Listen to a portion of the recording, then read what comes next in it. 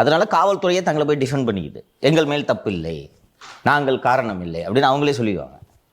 அது மாதிரி நிலைமை மத்திய பிரதேசத்தில் இல்லை. இது இங்கே ஒரு வசதியாக ஒரு காரணம் அவர்களுக்கு சிக்கிவிட்டது. இப்போ அதே இருமல் மருந்து மத்திய பிரதேசத்தில் தயாரிக்கப்பட்ட இருமல் மருந்தாக இருந்தால் அங்கே இந்நேரம் வெட்டு குத்துரு கலவரம் நடந்துகிட்டு இருக்கும்.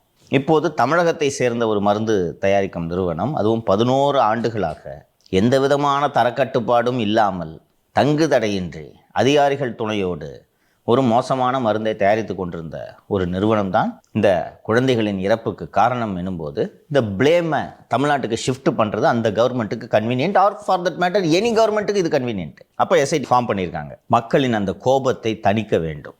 அதற்கு அந்த மத்திய பிரதேச மருத்துவர் மட்டும் போதாது. அடுத்த கட்டமாக தமிழ்நாட்டில் இருக்கக்கூடிய மருந்து கட்டுப்பாடு அதிகாரிகள் அதில் குற்றவாளிகளாக சேர்க்கப்பட வேண்டும். இதில் மகேஸ்வரின்னு சொல்லிட்டு ஒரு லேபு ஆய்வாளர் ஒருவர் இருக்கிறார். அவர்தான் அந்த ஹாஸ்பிட்டலோட மருந்து